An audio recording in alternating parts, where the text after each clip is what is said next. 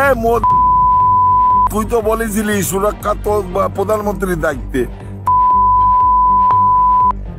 সুরক্ষা দে।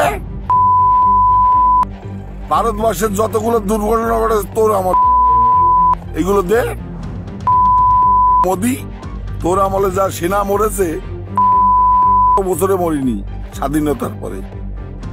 বড় বড় কথা বলিস আর তোর কিছু কুলাঙ্গার ছাড়িয়েছিস,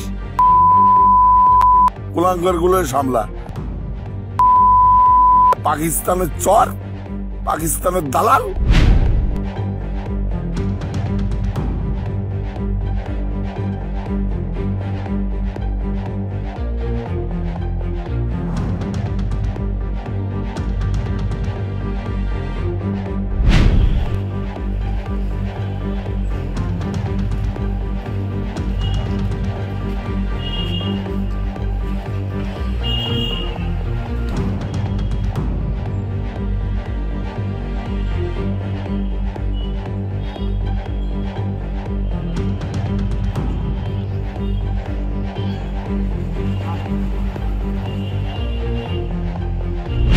ফেসবুক পোস্টে আমরাও দেখলাম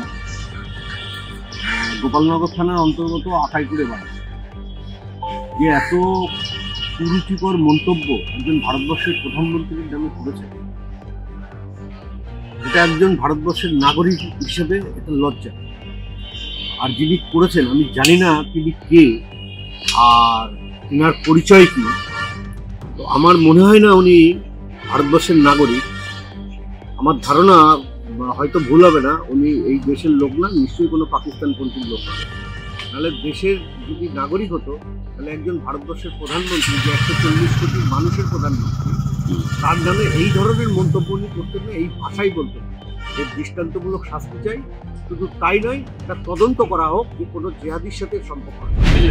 বলছি গতকাল আমরা ফেসবুকে দেখতে পেলাম আকাইপুরের বাসিন্দা দিলীপ রায় এবং তার বাবার নাম গৌর রায়, তিনি দেশের প্রধানমন্ত্রীর সম্বন্ধে অরুচিকর কথাবার্তা এবং তাকে যত রকম কিস্তি খামারি, যা ভাবতেও আমার অবাক লাগে যে দেশের প্রধানমন্ত্রীর সম্বন্ধে এই বাজে কথা বলেছে, তার বিরুদ্ধে আমরা থানায় যাচ্ছি এবং তাকে এখনো পর্যন্ত অ্যারেস্ট কেন করা হলো না সেটাও আমরা থানার কাছে জবাব চাবো। কেন দেশের প্রধানমন্ত্রী, আজকে আমরা শুধু আজকে থানায় লিখিত অর্ডার, লিখিতভাবে কমপ্লেন করবো তারপরে অ্যারেস্ট হবে, এটা কেন? দেশের প্রধানমন্ত্রী মানে আইসির প্রধানমন্ত্রী, এসপির প্রধানমন্ত্রী, এখনো কেন তাকে অ্যারেস্ট করা হলো না?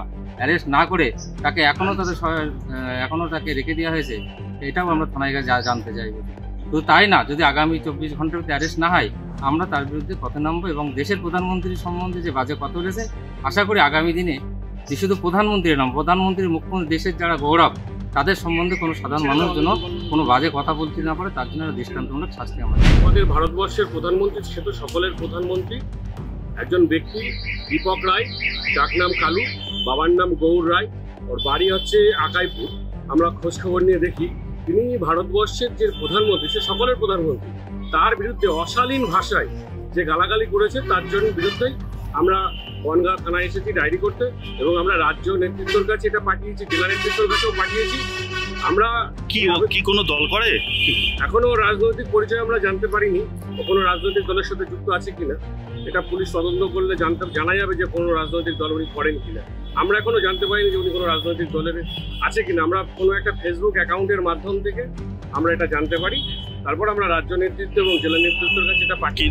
তৃণমূল এরকম রাজনীতি বা এরকম সংস্কৃতিতে বিশ্বাসী নয়, তৃণমূলের এরকম কালচার, এটা ভারতীয় জনতা পার্টির কালচার। কারণ এটা কখনো কখনো মমতা ব্যানার্জিকে বেগম বলে, কখনো কখনো মমতা ব্যানার্জি সম্পর্কে গালিগালাজ করে, এটা আমাদেরই কালচার। আর যিনি করেছেন এটা ক্ষোভের বহিঃপ্রকাশ। এতদিন ধরে ভারতবর্ষে ভারতীয় জনতা পার্টি এবং ভারতবর্ষের প্রধানমন্ত্রী মানুষকে যে ভুল বুঝিয়ে ক্ষমতায় রয়েছে, মানুষ তাদের ক্ষোভে তার বহিঃপ্রকাশ এইভাবে করেছে। তবে যেটাই করুক সোশ্যাল মিডিয়ায়, সেটা কখনোই উচিত নয়, এটা অনুচিত। এটা আমরা তাকে বলবো যে সভ্য জগতে সামাজিক মাধ্যম ব্যবহার করে এগুলো না করাই ভালো ছিল।